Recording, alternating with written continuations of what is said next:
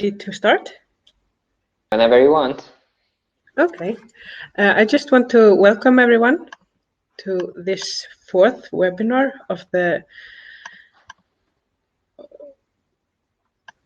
I want to welcome everyone to the JCI Europe's Equality and Diversity Taskforce Empowerment Webinar Series. This is our fourth webinar, and I'll just give the floor to you, Clayton.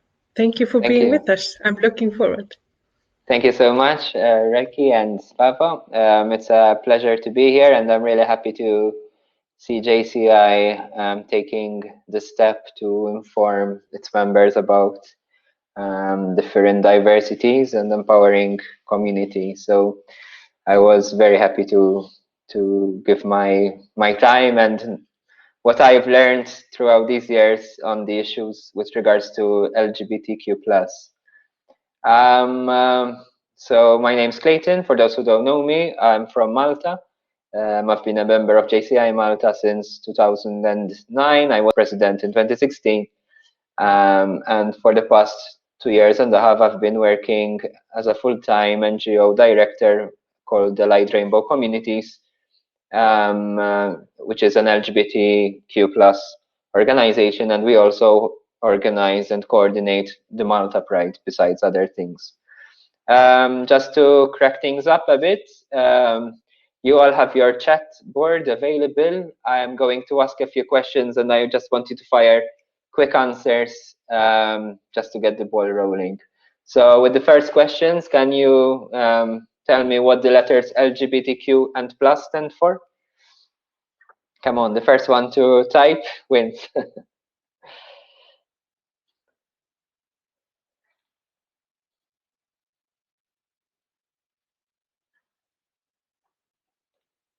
Lesbian, gay, bi, trans, queer, yes. And obviously, with the plus, we're also including other diversities. So there's the asexual, the intersex, but obviously you have different sexual orientations and gender identities.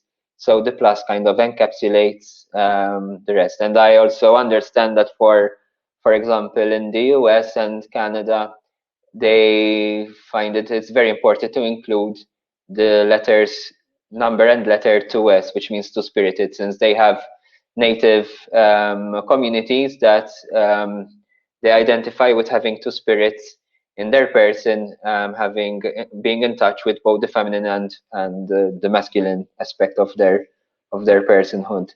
What is the estimated average population percentage of LGBTQ people around the Western world? So we're talking about Europe, US.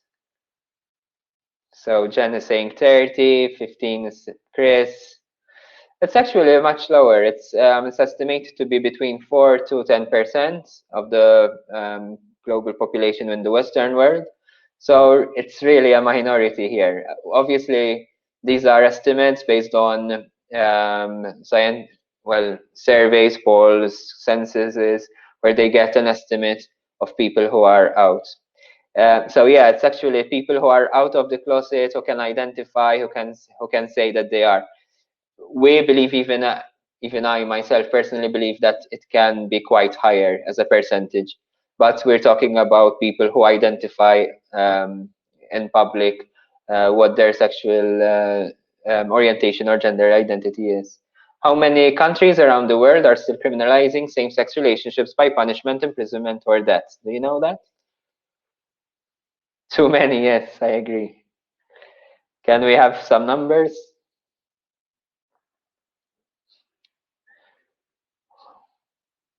Is that 3/4, 60%? Well, I'm expecting a bit of an integer number, so 35, it's much higher than 35.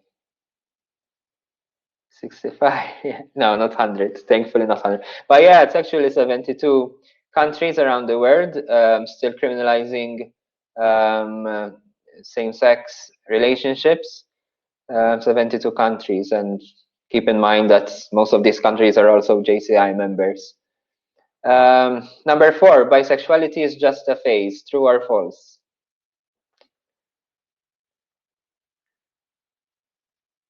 Yes. So yes, there's a lot of misconception about bisexuality. People say even within gay community and other minorities still think that you eventually choose, it's just a matter of time. But in fact, bisexuality is in its own right a sexual orientation, and it's not doesn't mean that sometimes it's 50% straight and 50% gay. Is not the case. At what age are children forming their own gender identity, which can be different from the one assigned at birth?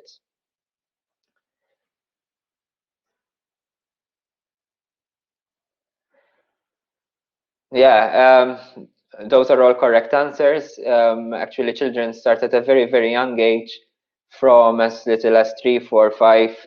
They start identifying their gender identity. So, if they're assigned at birth based on their genitals, so if they are born with a penis and they're assigned as male, as soon as they're 3 or 4, they can actually start realizing, listen, I feel that I am a woman, I'm a girl. And just recently there was a study which showed that at such a young age, um, people who identify as trans can relate a lot to the gender they identify with. So if I was assigned a male and I identify with girls, they found that the same traits of those who are girls are actually very much in line. So it's more than just based on your genitals. Number 7, some adults live a heterosexual married life for most of their years and still can fall in love with a person of the same sex after the death or separation of their spouse. True or false? We're looking at number 7. True, yes. It happens a lot. Like, for most people, sexuality is pretty much certain throughout their lives, but in other cases, it can be also quite fluid. So I know a lot of people who they lived 30 years living in a heterosexual marriage, and then their partner dies or they separate, and they come out then and they fall in love with someone of the same sex. So these things can happen as well.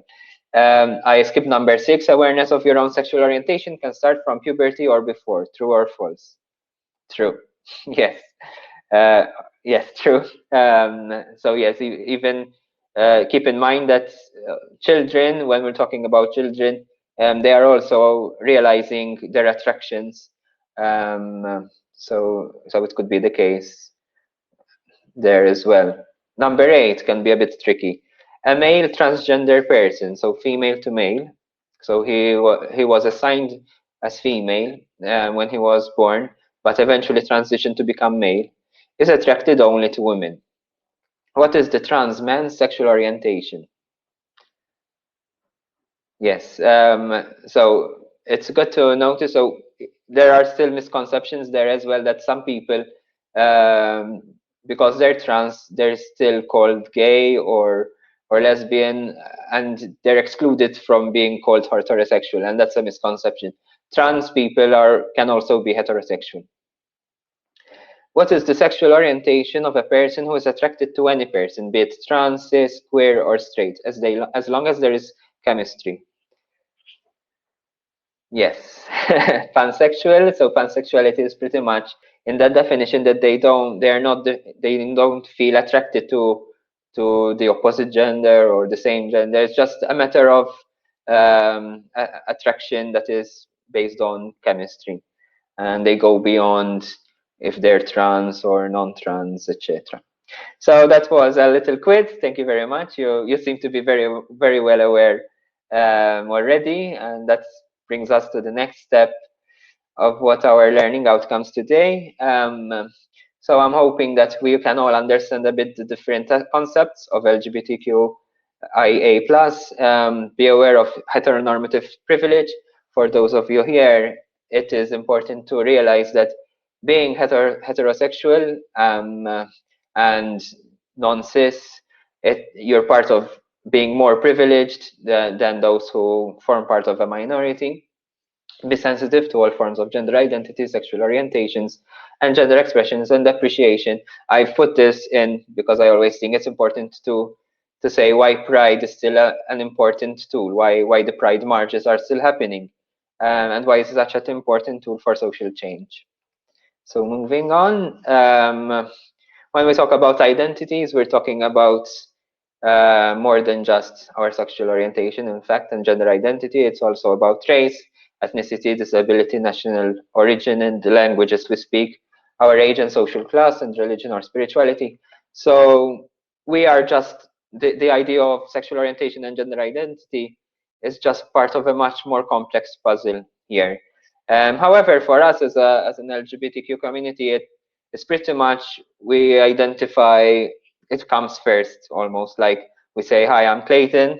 And it does feel like for some people they need to state if they're gay or trans, etc. It's not always the case, but it's so much important for us to affirm ourselves that we do need to state it in some way or another. So this is something which kind of, if I may use some harsh language, kind of fucks up everything in our society. Everything is based on the idea that God created man and woman, and everything followed through. So I think the fact that westernized Christianity bred that concept up to this very day, many people still believe, one, in the story of Adam and Eve as being factual, and secondly, for those who realize that it's not factual, still believe that everything is based on what is male and what is female, and that kind of leaves a lot of people out.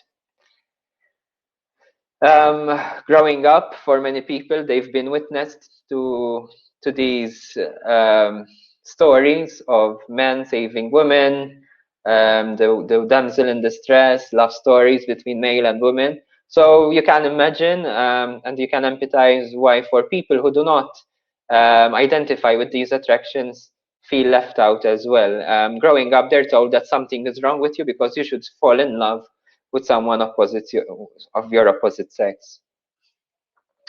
And also in the vintage times of the 60s, but still up to today, you can find adverts on the media saying, "Oh, now women can open these kind of jars," or "A woman should do that or shouldn't do that."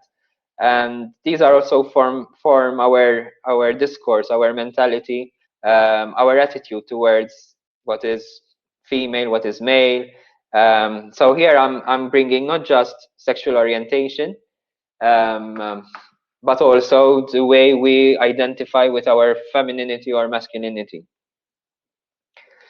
And this was also an early millennial advert, Yorkie, which kind of emphasized that this is not for girls, this chocolate is for men. Obviously, they kind of made it controversial in such a way to create interest and engagement, but yeah, still reinforce the wrong stereotype that only men can handle certain stuff. And obviously, all the love songs and all the movies that we were brought up were all about men loving women and women loving men. So this leaves us with girls being submissive, passive, dependent, emotional, weak-minded, and indecisive, domesticated, housework, obedience, dolls, and scareds, where the boys are dominant, independent, active, logical, smart, decisive, worldly, career-oriented, leadership, sports, and trousers. But what if I tell you, if you look closer to that picture, it's actually the person on the left-hand side is someone who is actually a female, and the one on the right is actually a man, or maybe not. Maybe I'm mistaken, but we are brought up with such an idea that I bet most of you thought that the one on the left is by default a guy, and the one on the right is actually a girl. But these are all social constructions. This is what society tells us who should look, how we should look, etc. Luckily, there were some lifelines thrown along in my life when growing up. So there was, especially the Japanese cartoons, I would say, were kind of very progressive. This was about about a French lady born in a noble family who decides to serve as a knight for Queen Marie Antonietta during before the French Revolution took place. And obviously she presented herself. Everyone knew that she was a woman, but she acted her role as a man. And also other cartoons like Ramma, who by simply pouring hot water, they turned into a girl, and by pouring cold water, they turned back into men. And these were the Sailor Stars as part of the Sailor Moon series, who during the normal day routine, they were presented as men, but when they turned into super warriors, they turned into girls. And also the love affair between two of them, Sailor Uranus and Sailor Neptune, I believe, was quite intimate. Yet, in my time growing up, it was presented in the Italian version as cousins rather than lovers. However, this was not just about fantasy. In actual fact, when we look at history, there were, as I mentioned, the Native Americans who realized this, that because they were not influenced by the westernized idea of Christianity, of what is male and female, they revered people who presented themselves as neither male or female or both. And in fact, they were called two-spirited persons. And these were given very important roles in their tribes. So, for example, counselors or the witch doctors and all that, because they were capable to get in touch and empathize with both masculine and feminine. And also during the Greek times, homosexuality was something which was written and celebrated in its art. Obviously, it had different intents and purposes. So there was this idea that an older man penetrating a younger boy was a way to pass on knowledge. So obviously, we don't accept that idea nowadays. But that was something which, again, society back then kind of didn't say it was wrong. And obviously, in Asian cultures like India, there were also stories about love affairs between two men. Nowadays, we're seeing celebrities, more and more celebrities coming out. Here we have Jonathan Van Ness from Queer Eye, and also Rain Dove, who's a supermodel. Both of them identify as non-binary. So this also is becoming quite a recent thing for many, and unfortunately, even within the LGBT community, they're still calling it out as just a trend or something for people to be popular with.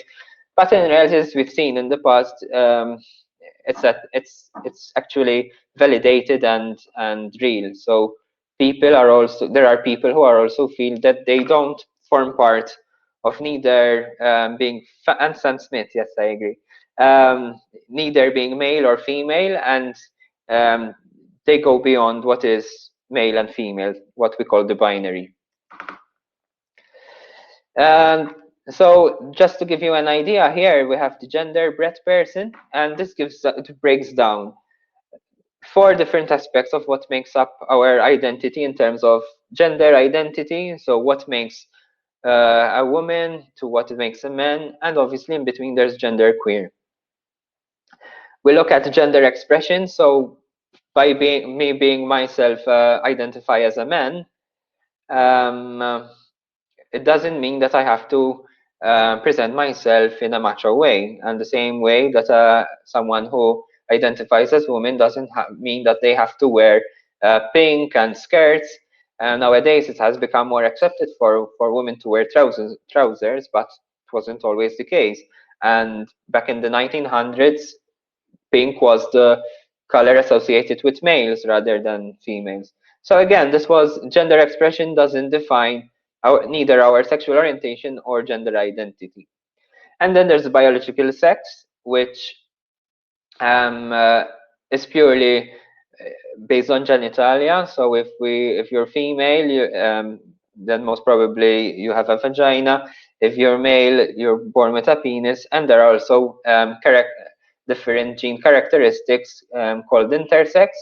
And in fact, it's not just one type of intersex. It's not like a person born with a vagina and having testicles, for example. There are different variations depending on the chromosome formation. So it's quite a complex thing to understand, and for doctors, is becoming more and more sensitized not to when there are complications or misunderstanding, not to define the child immediately.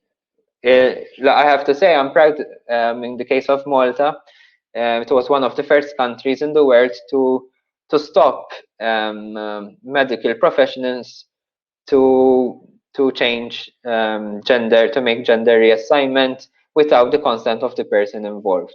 So what happens is usually there's a huge history around the world where if there's confusion, doctors together with the parents just decide, okay, let's just make this person into a girl, or let's just make this person into a boy. And eventually when they realize, these persons, that there was some intrusion and there was some surgical procedure going on, they feel like they've always been something wrong with them, that this wasn't what they were meant to be. So it became now law and many countries are now picking up that medical professionals shouldn't have a say unless it's life-threatening. So obviously there are certain complications that could happen if they leave the genitalia as it is. So then in that case they have to intervene.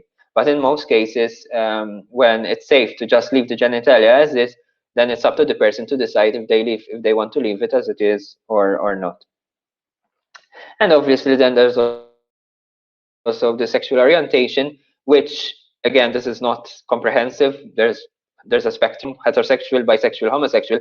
But nowadays we're looking at more the pansexual and a number of varieties. So even asexual people who don't feel like that they are sexually attracted to any person.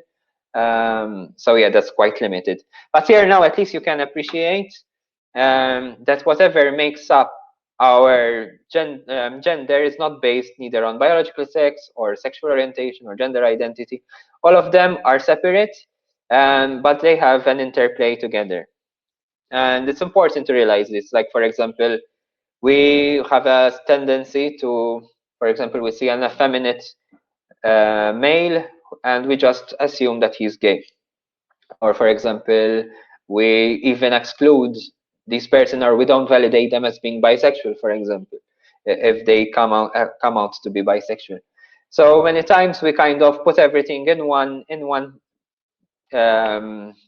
thing and basically assume based on our misconceptions and assumptions. So it's good to keep this. It always helps me to say, okay, this person is genderqueer, and it's okay to ask a person if they present themselves to be kind of vague or they don't present themselves quite clearly. It's okay to ask, how shall I address you? In what pronouns do you prefer?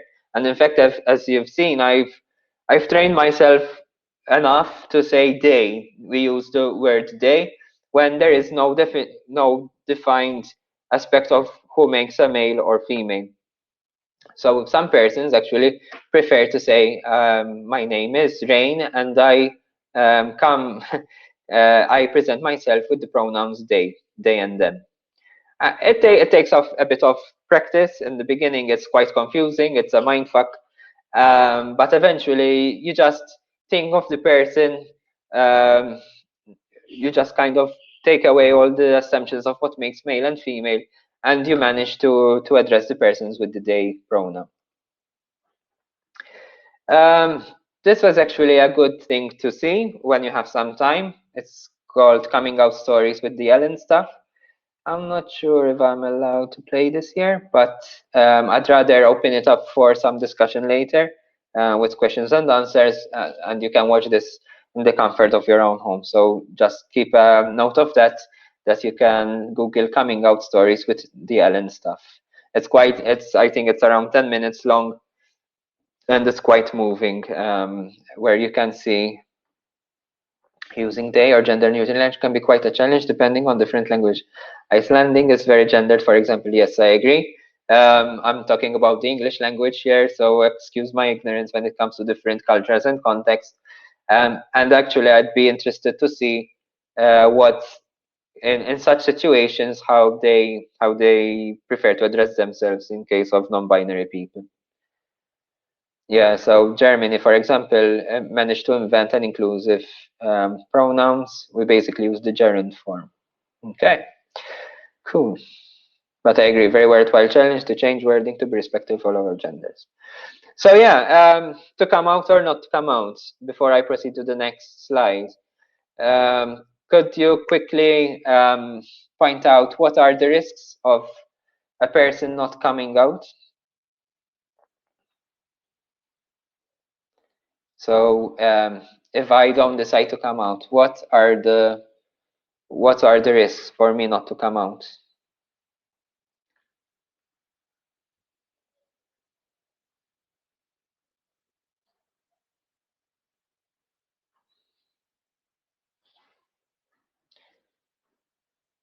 Yes, so not coming out, self-identify crisis, not living your full life and afraid. Yes, that's true. Peer groups, work, friends, and family. Yes, so if you're living in a very homophobic cluster, surrounded by either very religious, extremist, ideologist people, colleagues, it's very hard for you to come out, and it's a huge risk to come out at that point. Yeah, and obviously you risk not being your true self and feeling afraid. So yeah, all valid points. So some risk of coming out, not everyone will be understanding or accepting, and that is the case. I can take it on my own personal account that at the point where I started coming out slowly, when I was 16, some people opened their arms wide, others became more distant, but in a way it kind of helps you to kind of see who is worth having in your life or not, and that's why it's so important that sexual orientation and gender identity is so much in part of our identity as a whole. Family, friends, or co-workers may be shocked or confused or even hostile. So yes, there are cases still happening, even in Malta and I'm sure around the world, where as soon as a person comes out, they can be fired, they can get kicked out of the house, and it's a risk actually. When I was coming out, I left my parents till the very end. I was still young, I was still living with my parents, and you become quite the expert in risk assessment. So you say, all right, I will leave my parents till the very last. So I start forming my own support network in case that when I come to the stage of coming out to my parents and I get kicked out, at least I would have some support. And that is some thinking which goes on when you're 16, and nowadays people are coming out at a younger age. And that, yes, can be quite an impact, especially when you have religious influences. It becomes a crisis not just for the person concerned, but also for the family, because now they start thinking that their son or daughter will be going to hell. Some relationships may be permanently changed. As I said, religion is very impactful in communities where religion is highly regarded. An individual may experience harassment or discrimination. I have to say that from the whole LGBTQIA umbrella, I think the trans people are always the ones who have it worse. They're constantly faced with discrimination, especially if they're trans women, starting from a young age, but even at an older age, they're constantly harassed and even abused, and obviously they're yes, even from within the LGBTQIA community, it's true that there's a lot of transphobia going on, and that's one thing that at least in Malta, as a ARC, we try to do to create bridges between the different communities, to open up more understanding and more compassion. So people under the age of 18 may be thrown out of their homes or lose financial support from their parents, as I told you. In Malta, it's not that frequent, but you can still see it. But even in the UK, at least I know of many charities, LGBTQ charities, which offer homeless shelter for such cases. So this thing is pretty much a reality still. On the other hand, what are the benefits of coming out? At least you can live your life honestly and you start building your self-esteem, because believe me, when you're hiding such a huge part of your identity, your self-esteem is very much impacted. You start developing closer and more genuine relationships with friends and family, because obviously you can relate and you can say about your crushes and who you fancy and who you're going out with without hiding. I remember when I was young, even though I was very young, like you would not be expected to start dating at the age of 10, but it was always the same thing during Christmas gatherings and family. So do you have a girlfriend now? So it was always the same thing, and me eye rolling. And I at that point I already realized, like, I didn't want a girlfriend. I didn't know exactly what I wanted, but it was every year listening to this and listening to people from outside the family expecting you to start dating a girl. That was always an added pressure on you, on society, for you to hide yourself and that you're not accepted as you are. So these are, I'm sure that the people saying these things wouldn't be homophobic as such, or wanting any harm towards LGBT people, but we're so accustomed to say things in the heteronormative way that when we say them to persons who are affected, then we're adding more pressure and more stress and more anxiety for them to come out. Elevating the stress of hiding one's identity, as I said. So there's a lot of mental health issues that go on when you're LGBTQI. So it takes on a different toll. Connecting with other people who are LGBT. So once you start coming out and once you start accepting yourself, then you start realizing, yes, there's a community out there. It's not like a club where people just meet at the same place at the same time and everyone likes the same things. Obviously not. As I said, our identities are formed by other characteristics. But for example, as I said, Pride is one way of bringing the LGBT community together. It's one occasion which it's not just a party. There's this mixed conception that Pride is a party, but it's a way of educating ourselves as a community and reaching out to others who probably we wouldn't be reaching out in everyday life. So yeah, you do feel part of a community with others with whom you have something in common. And when problems come along, you do kind of fall back on a community. So for LGBT people, it tends to happen that you start forming your own family, which is not by blood, by choice.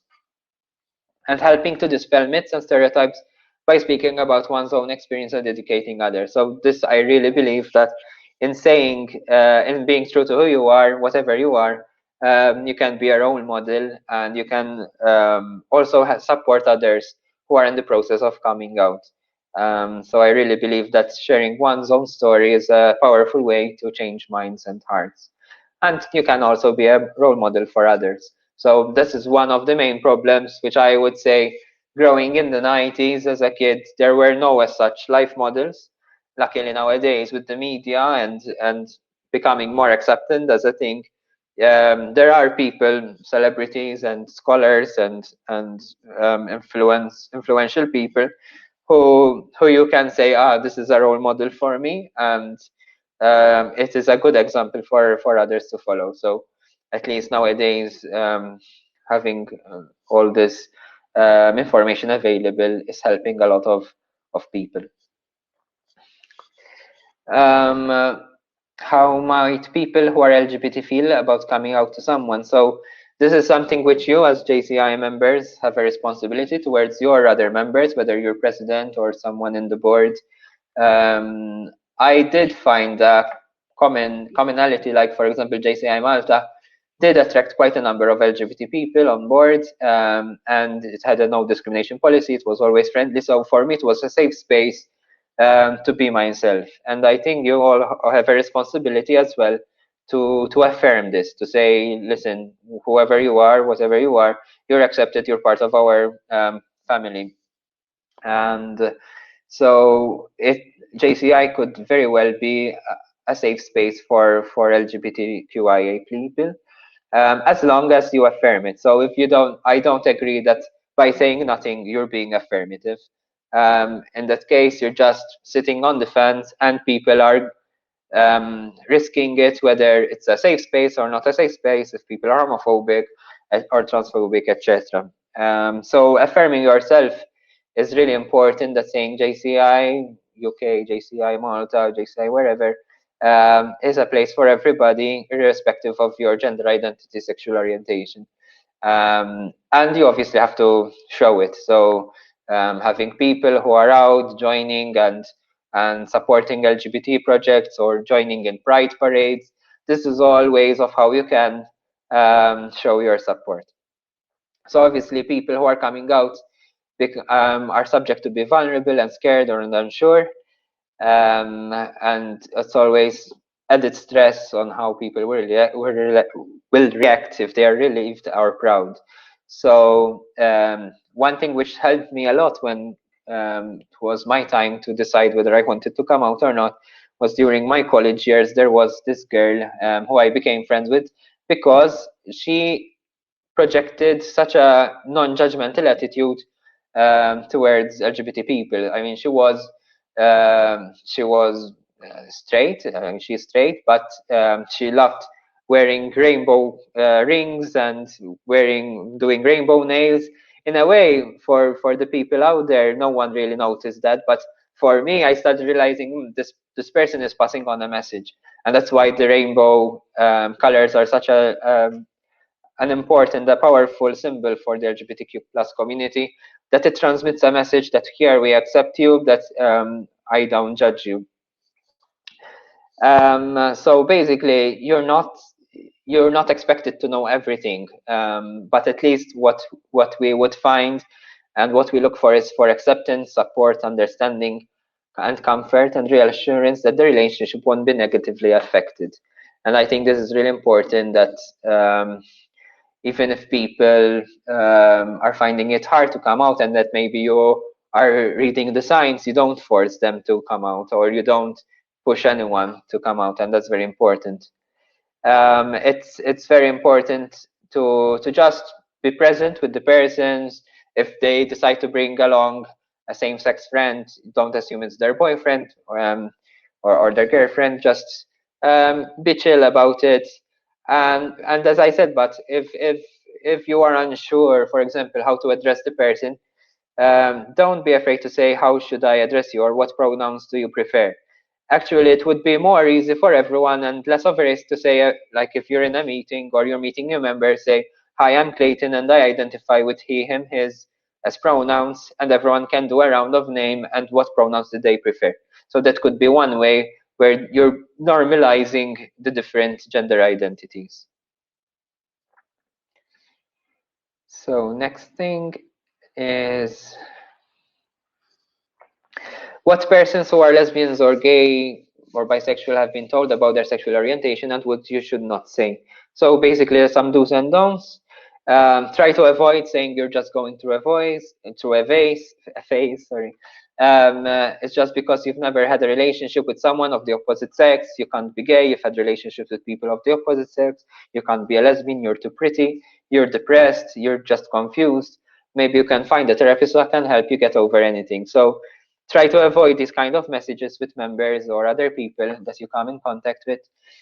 With regards to the last line, it's never wrong to suggest a therapist, but be careful in the context or the subject which you address it by. So I think everyone should have a therapist, like everyone should keep their physique healthy, but try to be, especially when it comes to coming out and they're coming out to you, don't just bounce back with say find a therapist, because that's giving out the message that something wrong with you.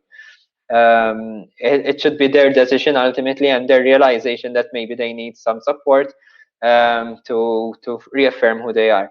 And that is very important as well, to have good knowledge or good relationships with different helping professionals, or even a good relationship with NGOs who are focused on LGBT issues, so that in such cases you have a resource where you can refer them to in case they want to. In fact, in my case, I always go back to personal experience. I remember during college as well, because that was my time of coming out. During college, there was a seminar about drugs, so it was totally unrelated. And the person, the facilitator, was so nice. She was so welcoming, and that at the end, at the evaluation session, when she gave us the questionnaire, she said there was a question which said, "Was there anything that you wanted to say but could not say it in the group?" And I said yes, and I just left it there.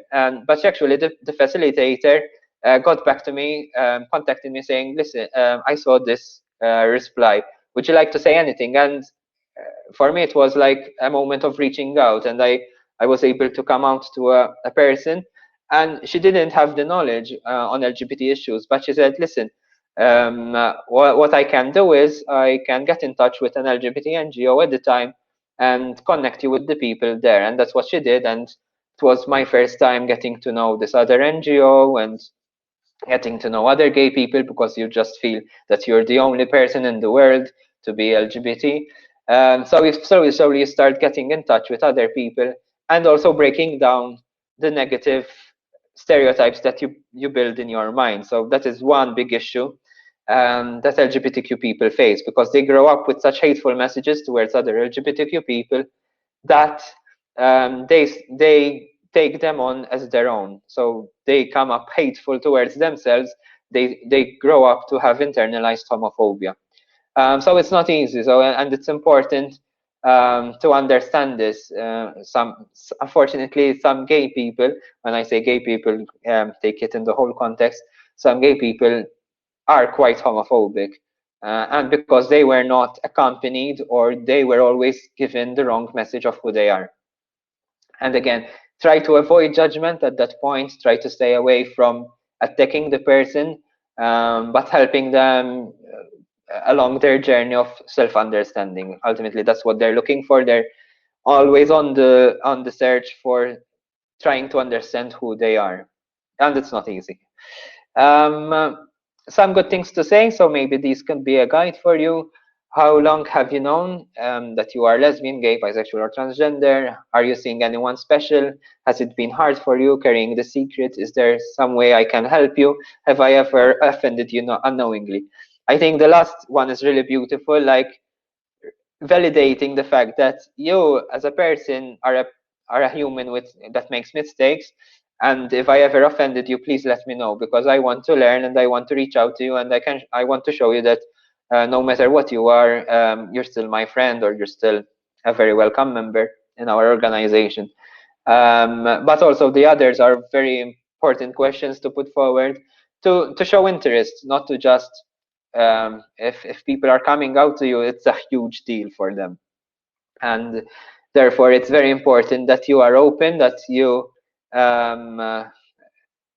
yes, I agree. That's a really important thing to say. And even maybe as an organization, you can do a self-assessment of if you ever passed on a message which was maybe interpreted wrongly. I'm sure you haven't, but it's unbelievable. Sometimes we can communicate the message without wanting to hurt anyone, but it can be communicated wrongly. So yeah, just be open, be present, ask questions which are sensible. As you've seen, those are all questions which people who are coming out to you are dying to start talking about their true selves. And they want to tell you a bit of their lives and at which point they accepted themselves. So it's a journey, and having someone that they can speak to, it's a huge help. So yes, as I was talking briefly before, growing up in a predominantly heterosexual world is not easy at all. As I was saying, we're constantly brought up with messages which are saying that you're wrong, that something's wrong with you, that you're not accepted, or that you need some sort of you need to change your ways. So these could be examples of homophobia, and by homophobia I'm including the whole bracket of transphobia, bisexual phobia, etc. So for example, if you're in a meeting and you change your seat because the person next to you is gay or lesbian, and obviously that sends out a message that you're disgusted. Or outing someone as gay based on your own assumption, so never assume, and never out someone even if, for example, they're out within their close group of friends and maybe you are a friend of friend. You don't have any privilege to out someone as being gay, and I think that's very offensive.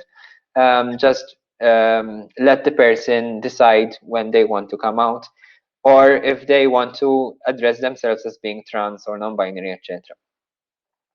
Using derogatory names for not straight people.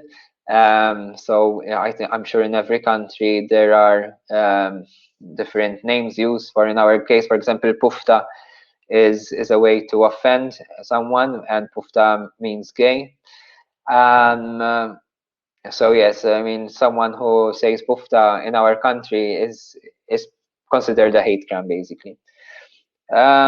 Thinking that a lesbian, if you are female, or gay man, if you are male, is making sexual advances if she touches you or is friendly to you. So don't assume that just because they're being super friendly, they're trying to hit on you.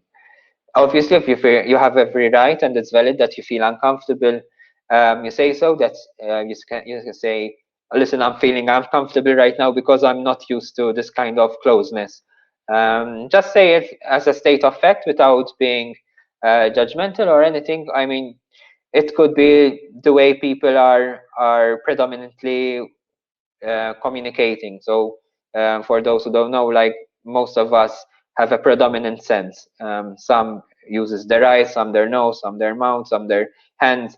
And for those who have a predominant sense of touch, they like to touch people, to talk, they like to show using their hands, etc. So it depends on a person's dominant sense of use. They will act accordingly. Feeling repulsed by public displays of affection between lesbians and gay men, but accepting the same displays of affection between heterosexuals.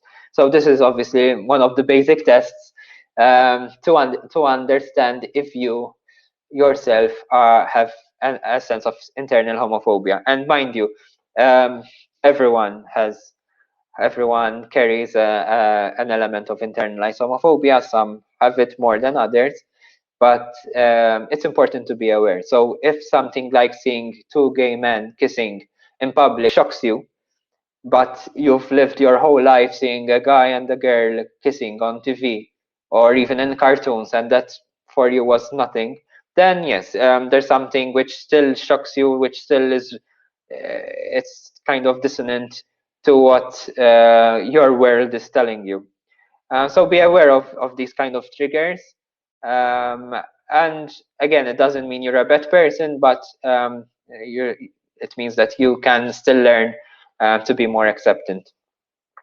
Not asking about a woman's female partner or male partner through your regularly ask, how is your husband, wife, girl, boyfriend, when you run into a heterosexual friend. So for example, we all carry small talk in our conversations, and if you know that this person is going out with someone and you don't ask, then it's kind of you're not being courteous enough, or you're not taking interest. So it's fine to ask if you know that the person has a partner, to ask how is your spouse or how is your girlfriend, because you're showing interest. Assuming that everyone you meet is heterosexual, so that's basically the heteronormative aspect of how the world is shaped up, that everything in the world is based on men, women, and eventually coming together and forming a family, etc. So that is the heteronormative privilege, when in fact many people don't identify with that model. It doesn't mean, even if people who don't identify as being lesbian, gay, bisexual, trans, etc., and don't follow that path, it's also offensive. Feeling that a lesbian, thank you, Jen. Recommendation to challenge your unconditional bias on Instagram.com, girl gaze. feeling that a lesbian is just a woman who couldn't find a man, or that a lesbian is a woman who wants to be a man. So also, and vice versa with regards to gay men. So these are all assumptions that we grow up with, that we see on television, that we read about, and fake news and all that. So just be careful not to distinguish based on factual stories, good sourced articles or readings. Just be more educated about these issues. So when we talk about the heterosexual privilege, it's about living without ever having to think twice, face, confront, engage, or cope with any issues. So that is, in a huge nutshell, what heterosexual privilege is. Basically, I have to be honest with you, like whenever me and my husband go out, we're not publicly affectionate because we've been brought up that you will be beaten up, even though in Malta it's highly unlikely to face that risk. But because there were these constant messages, we don't show affection in public. If we're going to, I don't know, go to a gay party, which we don't nowadays, but if we go to a gay party, we would have to assess the surroundings. If we're going to a country, now that is still valid for us. If we're going to a country, we have to know if the country is safe, is open-minded. So basically, we exclude, especially since nowadays we have a son, we have a 2-year-old and a half. We only consider places which are acceptant of LGBT families. We would never go to we would never go to African countries, for example, or Middle Eastern countries, or the other 72 countries where being gay is a crime. So that is part of the risk assessment that we have to take into consideration.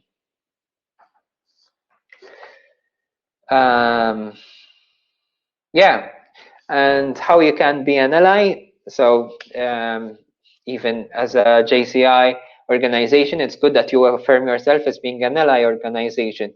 So if there are LGBT organizations in your district, in your regions, to not shy from partnering out with LGBT groups and saying that you're an ally, because ultimately I believe JCI is a human rights based organization, and so LGBT organization, so you have that in common. So in practical ways, 10 concrete ways to be an ally. Don't assume everyone is heterosexual. Do not ever out someone just because you might know. Don't assume that others do. Don't use, avoid, and challenge anti-gay jokes. So don't use, avoid, and challenge anti-gay jokes, words, and conversation. So it happens that gay people or LGBT people are become the topics of funny jokes, and sometimes memes as well nowadays. There's a particular meme about a man and a woman in bed, and the guy is looking at a frame and saying, "Oh, is this your husband?" And she says, "No, that's me." And that, apparently it's supposed to be funny. So that is one meme which is quite offensive for trans people. And these kinds of jokes nowadays, we should not share these kinds of jokes or memes. If there's a conversation making fun of gay people, take a stand. So this is one way of being an assertive ally. Use all-inclusive language until you know the ones they prefer. So it is acceptable to say, how is your partner, or bring your partner along, and then it's up to them to feel comfortable enough to say, oh, I'll get my boyfriend along. And that's it, really. So educate others one-on-one, and not just when it comes to all-inclusive language. Even the European Commission and the European Council are adopting all-inclusive language, like saying chairperson instead of chairman, and things like this, which I think it's the natural way to go forward, because that gives also the possibility and gives out the message that whether you're men, women, or non-binary or whoever, you still have a chance to succeed in life. Make sure you educate others and you give one-on-one group programming or teachable moments. So I think it's also would be a good idea, for example, as a JCI project, to get LGBT people to speak in your communities, to say their story or experiences. Make sure you're not surprised when someone comes out to you. If necessary, train yourself or look at stories and movies which are LGBT affirmative. Respect confidentiality. It's always important. Know when and where to seek help. So this is what I was talking about, to know what resources are available in your communities in case a member comes out or needs help, so you can refer accordingly. And don't try to guess who's gay, LGBT, whatever. It's not a quiz about people's life. So let's conclude with a little. Let's conclude the section with a little quiz as well. You're sitting with a group of friends, and a couple of them make an obnoxious, bigoted comment about gays. What do? Do you ignore it, casually leave, ask them not to make such comments around you? Jen is saying see, yes. A friend comes up to you and tells a rumor that a floor member or classmate is supposedly a lesbian. Do you tell them it doesn't matter what sexual orientation she is? Ignore them, saying that if she is lesbian, let her come out on her own terms. What do you think? The A and C? Yes, A and C it is. Yeah, it's A and C. So that's one way of showing that you're sending, yes, there's a D. You're sending out the right message, that you're being affirmative and non-judgmental. So some of your colleagues make fun of a new trainee because he uses stereotypically a feminine body language. Do you ignore it? Tell them it's not funny and possibly offensive to talk about someone like that. Join in and start making fun of the trainee too. B. Yes. You hear some friends discussing the marriage equality debate happening in the United States, when some of them say that they think LGBT deserve equal rights under the law. Do you tell them you are supportive? You are supportive feelings about LGBT people. Tell them you think gay people are gross, or ignore it. A. Yes. Good. Moving on. As I was saying, now we're in the last part of this discussion. Yes, you all passed. Well done. So why do we pride? Why is still pride so important? And I think most of the questions that we get as a pride organization as well is, why do you still need pride? Why do you have to show off? Why don't we have straight pride?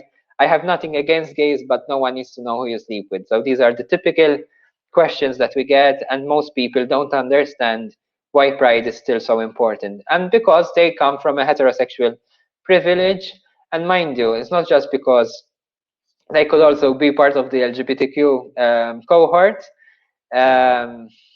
Exactly, both straight pride. Straight pride is like all lives matter.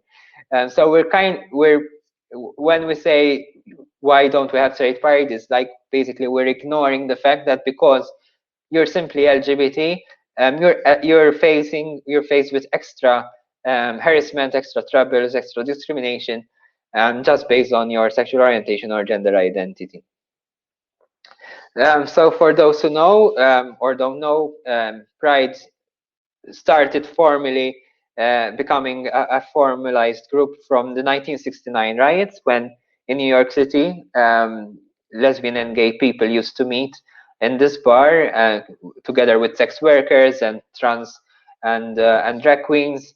And New York was pretty much under the mafia control. And whenever they wanted, the police used to go into the bars, and if they don't get the bribe from the barman, they would just raid the bar. And it is said that during that night, the bar owner decided not to give the bribe to the police, and they started hitting the people there who were commonly known to be gay, trans, and lesbian people. And so the people started rioting, and it is fair to say that amongst them were black trans drag people who through the riots, who started the riots. And that's where people started marching out year after year on June 29, to fight against the oppression, that there was a whole systemic oppression by government, that the lives of LGBT people did not matter. So obviously, even within the LGBT community itself, there's a whole variety and a whole diversity in itself. And we have to realize it's not just young, able-bodied, good-looking men or women who are part of the LGBT community, but it includes all sorts, all ages, all physical abilities and mental abilities, all races, all countries, all religion and beliefs and non-beliefs. So it goes beyond our sexual orientation, but there's that element which unites us, and yet we need to reach out and understand one another. And during the 1980s crisis, when basically HIV and AIDS began being a pandemic, gay people, mostly men, were dying. Millions of people around the world were dying, and there was a huge silence around it. So it's not like what we're looking at today with the COVID-19, that governments are taking quick action. Everyone is being tested. At the time, with the pandemic of HIV, they just saw gay men who were on the sidelines, were just being thrown out of their homes, and they were not given medication, they were not given any treatment because there wasn't any, and simply left to die. And Pride was one way to bring out, to rise from the silence, because they realized that if they remain silent, it was just a certain way of death. And that was one way of Pride being a tool for social change, because the large movement of Pride that started growing year after year made the necessary changes to put pressure on government to take care of HIV affected persons. And mind you, I'm talking about HIV affected persons because it was never a matter of gay people only could get the HIV. HIV did not discriminate. And luckily, as time went by, there was more and more knowledge of how it is transmitted, and ways of prolonging one's lives. So I really believe in the statement that public opinion can only change by coming out and living our lives openly. We are everywhere. If we stay silent, people will not know, and people will hate or fear what they don't know. So this was also one way of why Pride is so important and why it's still important up to this day. It's not a matter for us to show off. It's not a matter, but because we're present, we're visible, it is giving the opportunities for others who are struggling, and for those who are still not out, to say, listen, I'm part of something bigger, that I'm not alone in my community, that at least there are other people paving the way for me. And it does change public opinion.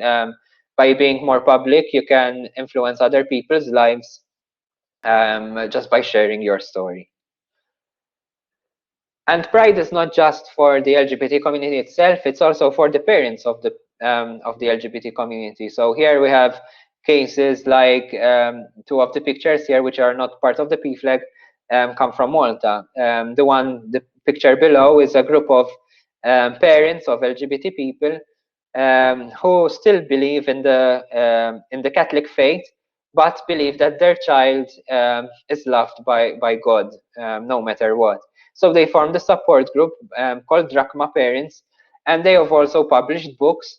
And the book was all with questions and answers of how a parent can react lovingly to their child coming out. And this was so well received that even the Catholic Church in Malta bought 100 copies to disseminate amongst the churches for extra support to the parishes. And it's working out brilliantly in giving support, because Malta is still a Catholic country. However, I'm glad to say that as a Catholic country, it does not see it as a bad thing or a sinful thing. The messages that come up from from the higher powers in the Catholic Church in Malta are quite positive. And also the other one up there is a trans activist, Carlin Audi, with her mom. So there you have Pride in 2018, where they were marching together and showing that, yes, loving your trans child is okay. And obviously the popular P flag in New York City is a classic example of parents uniting to show their support to their children. And that is also a message that through Pride you can say, listen, you're not alone if your child is gay. There's a support group of parents and we're here to support you. I know that Jen is typing, so I'll just wait just in case there are any questions. Is there any language that does not gender pronouns for people by default? I mean, where it was not invented after getting aware of the issue?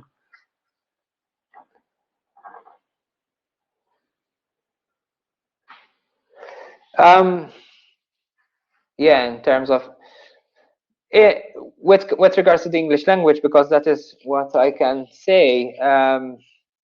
The pronoun they as a singular was used way back in the 1700s. So it's not a recent thing. Even in the Italian language, the day is said in a feminine way, but it refers to the day, and it can be a formal way to address people. So I'm not the expert in the language here. I do believe, however, that language can change and can evolve to be more inclusive. So in a way, what's your thought on starting speeches with ladies and gentlemen? Okay. So yeah, that is one way of reassessing yourself in addressing people and your members in the organization. You can say, hello everyone, or good evening everyone. I don't really like the ladies and gentlemen and everyone in between. It's kind of making fun of people in that sense. So I also read recently that there is an airline that adopted an all-inclusive language. So rather than saying ladies and gentlemen, it was using other ways, dear passengers, dear members. So yeah, I mean, there are ways and means to be more inclusive. And sometimes, yes, you have to get rid of the old traditions and old formalities to show your support for other for the realities that we are seeing today.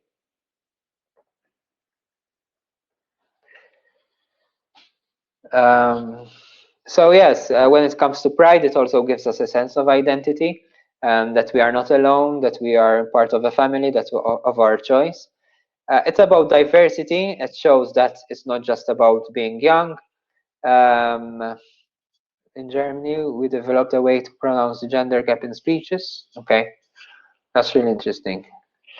And also, for example, you have allies. As for example, there where is the group of people holding the banner celebrating diversity. Those are actually the Girl Scouts in Malta that have been marching with Pride in Pride, Malta Pride, since 2016, I believe.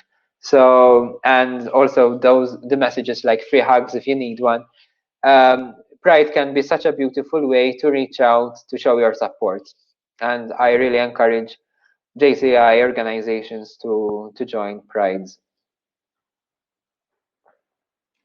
So yes, when it comes to pinkwashing and corporate responsibility, it's always a delicate balance, and I myself am the coordinator, the director of the Malta Pride movement. I try to keep a very delicate balance between having the budget necessary to cover the huge expenses that come with Pride, because you have to pay for the ambulances, you have to pay for the police, you have to pay for extra security, you have to pay for the barriers and the stage and the concert. All these come with expenses and nothing's come from free, so you need to cover it.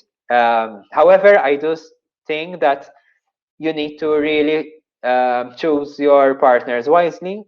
I wouldn't, for example, accept a sponsor that would give us, I don't know, 10,000 euros, but in their country of origin, they're supporting homophobic practices, for example. I'm being very generic here, not to point at anyone, But for example, I know that Vodafone, and that's why I'm showing their picture here.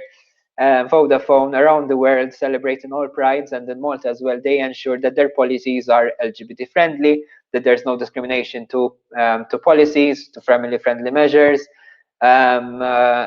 So you have to be selective and ensuring that the corporations and private sector entities that support you are actually walking the talk, and not just for Pride, but throughout the year. In fact, part of our contract, that's amazing. We have a sponsor for the Pride celebration from the camera. Yes.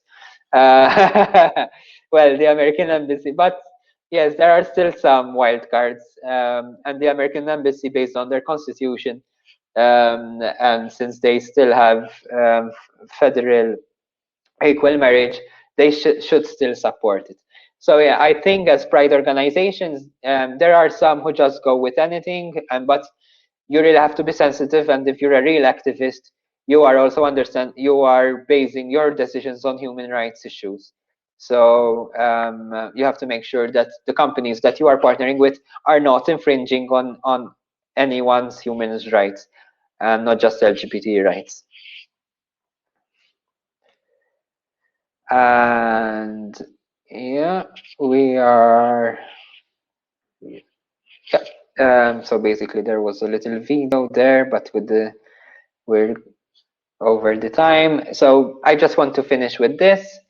There's also a lot of misconception about how people should dress up in Pride. I do tend to agree that nowadays Pride, with becoming more family friendly, there should be certain decency involved. At the same time, we should never exclude, for example, drag queens, because drag queens were part of the starting movement of Pride, and drag queens were a way at the time to challenge society's norms and expectations of how a man should look like.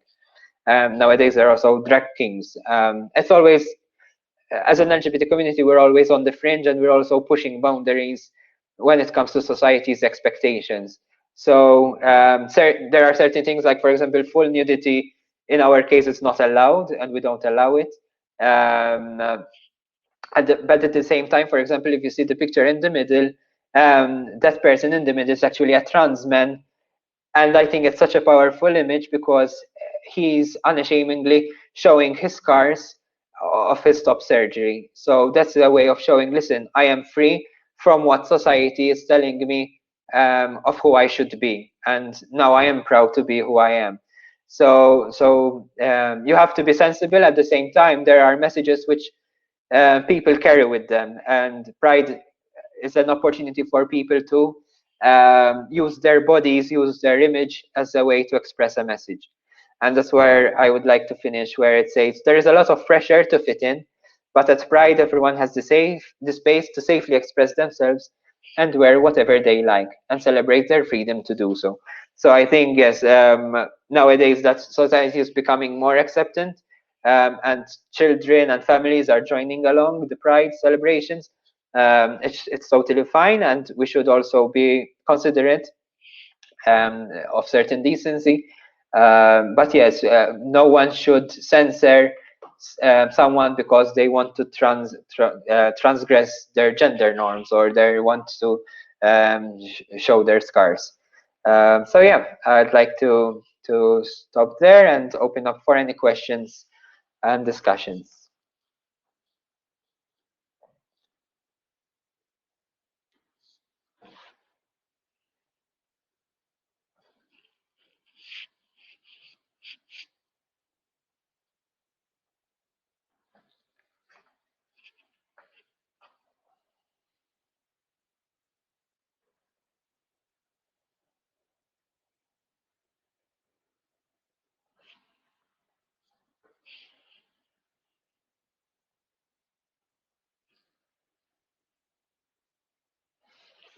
Thank you, Svava.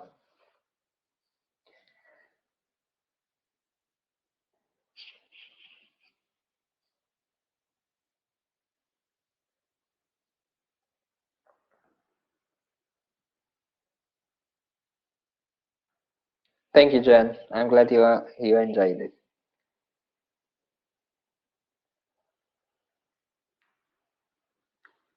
I'm glad. Anyway, if you want to contact me personally, you can also email me on info@arc.org.mt, and you can also find me on Facebook or Instagram. So you'll find me by name Clayton Mercieca.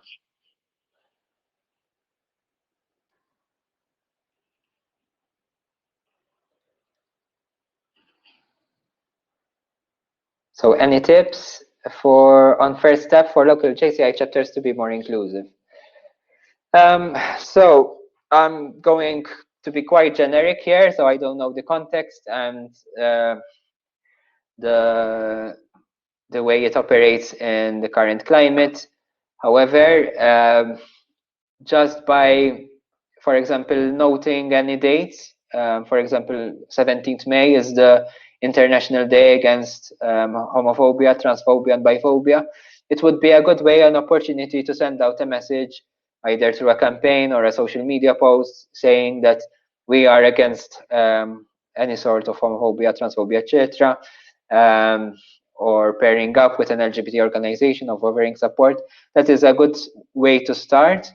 Also, reviewing or going through your constitution or any messages that you convey to ensure that you truly are a human rights based organization, and showing your support to LGBT people included. Other days exist in the calendar that celebrate LGBT people, even during Pride. As I said, you can join a Pride parade. It depends on the level of comfort and at which level you want to take it forward. It doesn't have to be, I mean, I don't expect JCI to be the LGBT organization. However, it can be definitely a good ally for LGBT people. Have you heard about Sweden? They released a law that can get biogender change easier, and now the reverse rate seems to go up. Is there truth in it? Did you hear? So I tend to take it. Okay, so they basically tend to take a particular case. Even in Malta, the gender identity change in Malta is quite straightforward. All you need is to go to a lawyer and request a change in your gender, and it is sent to the public registry, and that's it. So and it's not very expensive to change your gender identity on your document. There was a case where there was one person out of quite a bit that decided to change back their gender. So again, it could be that the media picks up on one case. However, when you look at it from a human rights based perspective, facilitating gender identity change is a human right in itself. No one, we shouldn't be looking at the exceptions as the rules. And as I said, media tends to pick on these exclusions and on these rare cases. However, it is a life-saving change for many to facilitate gender identity. Exactly, Iceland made this legislation as well. So yes, we have to be careful. We have to be critical when they say. And there's a local page in Malta called "The Truth About Transgenderism," and they try to put across the wrong message that being transgender is wrong, and that is as a gender dysphoria, and there's some illness involved. Just be careful. Go back to professional authorities like WHO.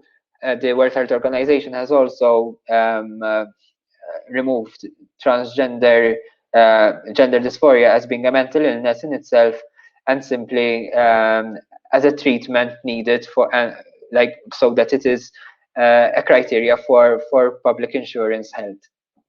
So again, like in our case, Malta offers free gender clinic assistance in terms of hormone replacement therapy and testosterone and all that. So that's why it's still classified under the WHO, but not as a mental illness, but as something that needs professional follow-up.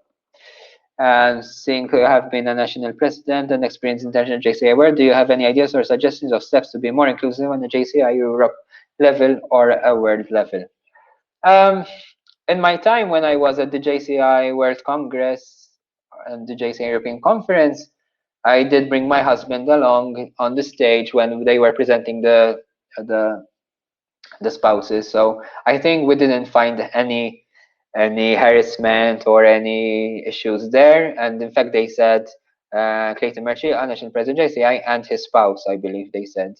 So JCI is already quite open-minded, and I think JCI Europe is taking the extra leap in doing these kind of sessions and looking at constitution of how to make it more conservative.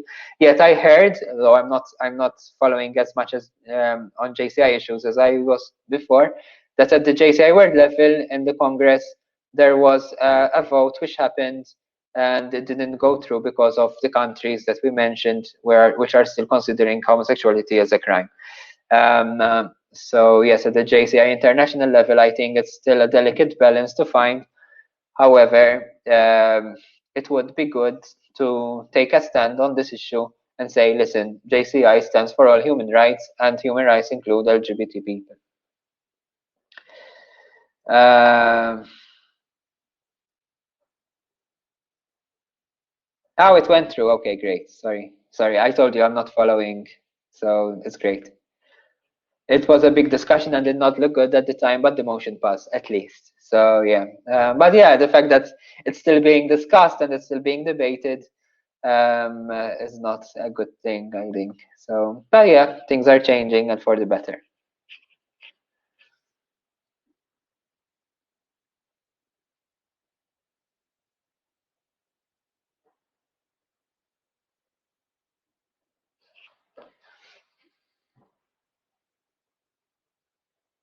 Yes, I agree. But the adversity it got just shows how far.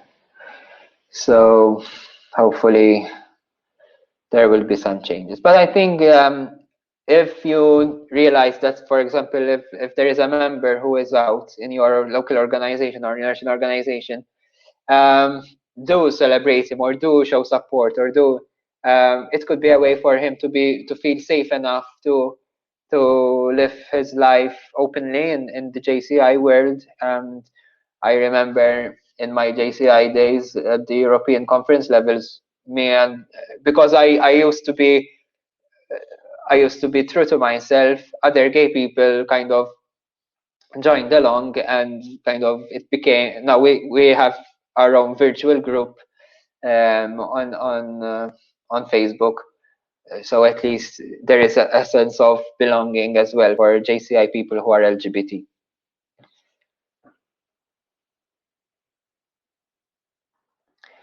So I guess I can give the floor to Reiki and Svava at this point. I have nothing else to add, and it was a pleasure sharing a bit my experience and what I know. So feel free to get in touch again. Thank you so much, and have a good night. Thank you.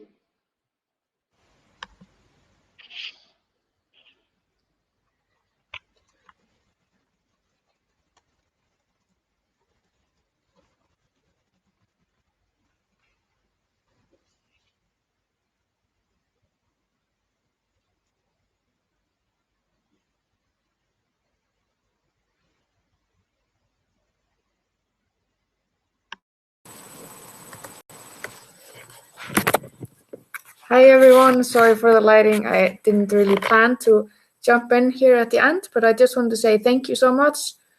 Thank you, Clayton, for sharing your expertise and passion. We are very grateful.